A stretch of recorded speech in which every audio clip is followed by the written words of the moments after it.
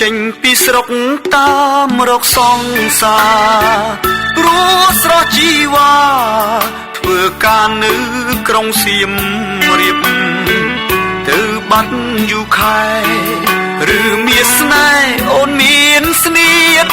ធ្វើការនៅក្រុងសៀមរាបថាឆ្លៀតមកស្រុកមិនបានតែគេប្រាប់បងថាស្រស់ស្រីមុំអូនធ្វើការធំ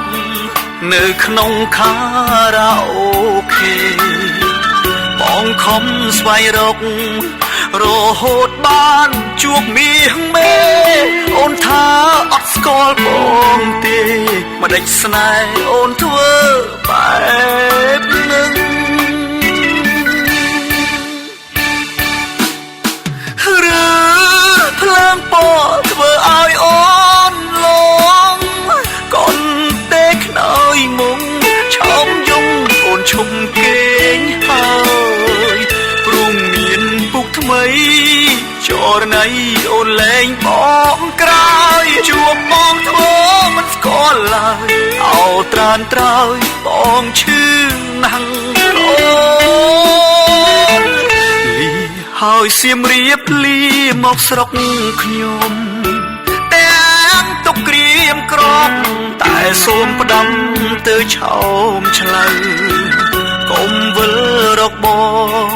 បើស្នេហ៍ស្នងអូនអង្គភ្លឺព្រោះបងឆ្អែតចិត្តហើយពើ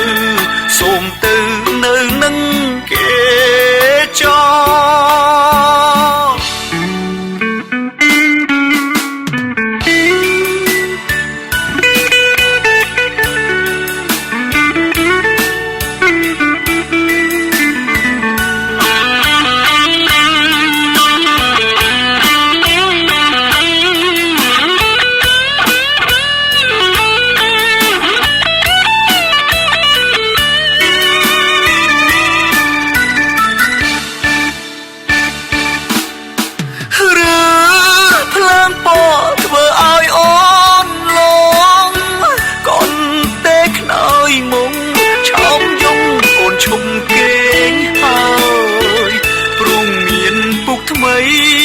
ចរណៃអូនលែងប